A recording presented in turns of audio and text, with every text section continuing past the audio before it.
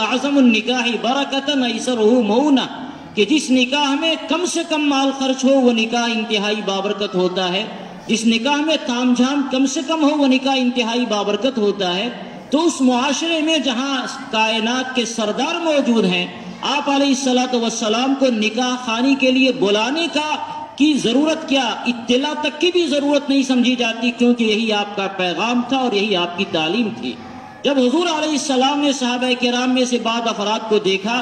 کہ ان کا نکاح تو اس سے پہلے نہیں ہوا، ان کے پاس بیوی نہیں ہے، لیکن بدن پر ایسے کپڑوں کے ایسے رنگوں کے داغ لگے ہوئے ہیں جو داغ نکاح کی علامت سمجھے جاتے تھے اس زمانے میں، تو پوچھا کہ فلاں صاحب کیا مطلب آپ کا نکاح ہو گیا، اس طرح کا داغ لگا ہوا ہے؟ تو انہوں نے کہا جی یا رسول اللہ میرا نکاح ہوا ہے۔ تو آپ نے فرمایا کہ اولم ولو بشاتن، ولیمہ ضرور کرنا، یہ ولیمہ کرنا حضور علیہ السلام کی سنت ہے۔ ایک بکری اگر میسر آ جائے معمولی طریقے سے تو اسی بکری سے تم ولیمہ کر دو، دو چار آدمی کو اپنے دسترخوان پر بلا کر اس خوشی میں شامل کر لو، اور آپ نے اسے برکت کی دعائیں دی، یہ بھی شکایت نہیں کیا کہ کم سے کم میں یہاں موجود تھا، مجھے اطلاع تو کر دیتے، میں تھا برکت کے لیے مجھے بلا لیتے، میں تمہارا نکاح پڑھا دیتا۔ ظاہر ہے کہ سید الانبیاء نکاح پڑھاویں تو اس نکاح میں برکت نہیں ہوگی تو کہاں برکت آئے گی؟ تو آپ نے یہ کوئی شکوہ نہیں کیا، بلکہ جو تعلیم اللہ رب العزت نے آپ کو بتائی تھی ولیمے کی، آپ نے اس کی تلقین فرمائی کہ اولم ولو بشاتن، بکری کے ذریعے ہی اگر تمہیں میسر ہو تو ولیمہ کر لیا کرو۔ اسی لیے حضور علیہ السلام کے زمانے میں صحابہ کرام کا عام نکاح اسی طرح ہوتا تھا کہ معلوم ہوا، بلکہ اس کے بہت بعد تک بھی یہی صورتحال تھی کہ اگر کسی بندے کو کوئی لڑکی پسند آ گئی، کسی باپ کو کوئی داماد کی شکل میں کوئی لڑکا اس کی نیکی کی بنیاد پر پسند آ گیا، تو اس کے سے نکاح کا پیغام بھیجا۔ نکاح کے پیغام کے لیے یہ ضروری ہے کہ لڑکی کی رضامندی ہو، لڑکی کی بھی رضامندی ہو، دونوں طرف کی رضامندی حاصل کر لی گئی۔ لڑکے نے اگر یہ خواہش ظاہر کی کہ میں لڑکی کو دیکھنا چاہتا ہوں تو اسے اس کی شران دیکھنے کی اجازت ہے بقدر ضرورت، یہ بھی دیکھ لیا گیا، اور جب یہ مراحل طے ہو گئے تو بہت آسانی سے نکاح کر دیا گیا، اور نکاح کے بعد لڑکی اس کے حوالے کر دی گئی۔ نکاح کے لیے ایک کپڑا بھی نہیں ہوتا تھا۔ ایک بڑے بزرگ گزرے حضرت مولانا احمد علی لاہوری رحمۃ اللہ علیہ، ان کا جب نکاح ہوا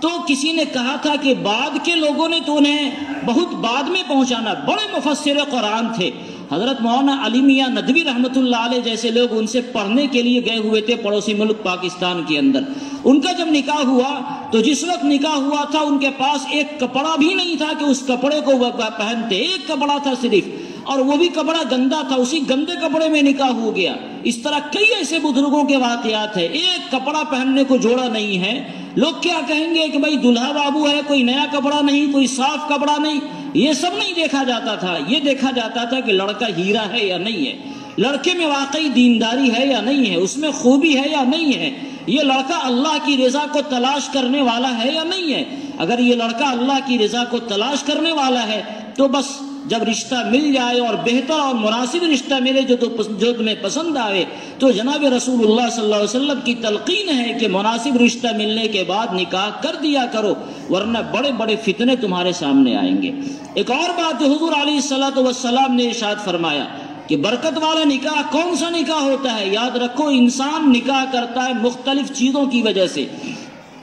کبھی انسان نکاح کرتا ہے اس لیے کہ نکاح کی وجہ سے وہ مالدار بن جائے گا، وہ خود فقیر ہے یا اللہ نے اسے بھی دے رکھا ہے، مگر اس کے پاس دولت کی لالچ ہے، حرص و ہوس کی نگاہوں سے وہ دوسروں کی دولتوں کو دیکھتا ہے، تو اس لیے کسی بڑے گھرانے میں وہ نکاح کرتا ہے تاکہ اس کی وجہ سے مال و دولت حاصل ہوگی۔ جناب رسول اللہ صلی اللہ علیہ وسلم نے ارشاد فرمایا کہ اگر کوئی آدمی مال کی وجہ سے نکاح کر رہا ہے کہ یہ نکاح اس لیے میں کر رہا ہوں تاکہ اس کی وجہ سے دنیا آوے، چاہے وہ تلک کی شکل میں آوے، چاہے جہیز کی شکل میں آوے، یا اس کی جائیداد پر اس کی نگاہ اس شکل میں آوے، تو آپ علیہ السلام نے بددعا دی ہے۔ سنیے، آپ نے بددعا دی ہے، لم یزدہ اللہ الا فقرا، کہ اللہ تعالیٰ اس کی محتاجگی کو اور بڑھا دے۔ جو آدمی نکاح مال کی وجہ سے کرے، یا اللہ تو اس کی محتاجگی کو اور بڑھا دے، اور زیادہ اسے تنگ دست کر دے، اور زیادہ اسے مخلوق الحال بنا دے۔ اسی طرح آپ علیہ السلام نے ارشاد فرمایا کہ کوئی آدمی کسی عزت کے لیے نکاح کرتا ہے،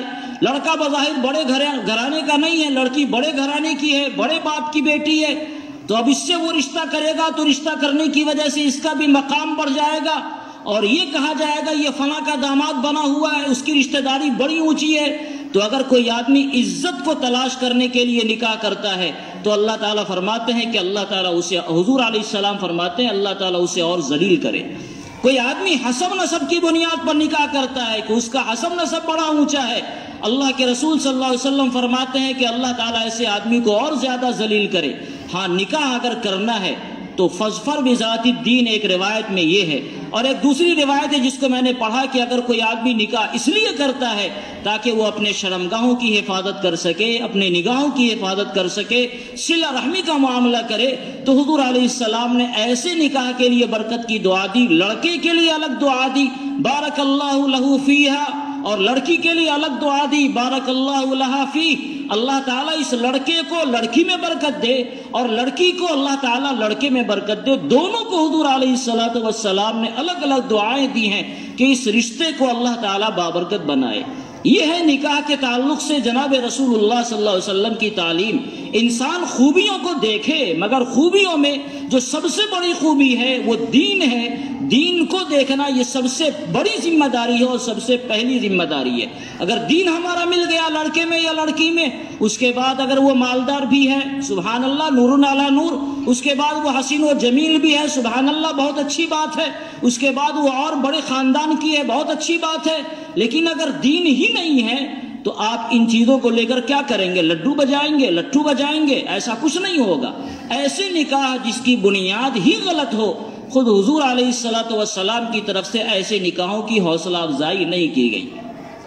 تو گویا جو نکاح مال کی بنیاد پر کیا جائے وہ نکاح شریعت میں اس بات کی گویا انسانوں کے لیے اس چیز کی ضمانت دیتا ہے کہ یہ آدمی اور زیادہ فقیر ہوگا۔ بظاہر دیکھنے میں اس کے پیسے نہ گھٹیں، مگر اس کی زندگی کا جائزہ لیں کہ اگر کسی بندے نے مال کی بنیاد پر نکاح کیا ہے تو اس کا مال اور بڑھتا نہیں ہے اور گھٹتا رہتا ہے، اس کی ضرورتیں بڑھ جاتی ہیں، اس آدمی کے ساتھ صورتحال اتنی خراب ہو جاتی ہے گویا وہ اور زیادہ تنگ دست ہو جاتا ہے۔ اور یہ بات کوئی ہمہ شمہ کہتا تو بظاہر یہ بات تھی کہ تجربات اس کے خلاف ہے، لہذا کہنے والے کے منہ پر مار دیا جائے۔ یہ بات نکلی ہے سرکار دو عالم جناب محمد رسول اللہ صلی اللہ علیہ وسلم کی زبان مبارک سے۔ ساری دنیا کے تجربات غلط ہو سکتے ہیں مگر حضور علیہ السلام کا فرمان غلط نہیں ہو سکتا۔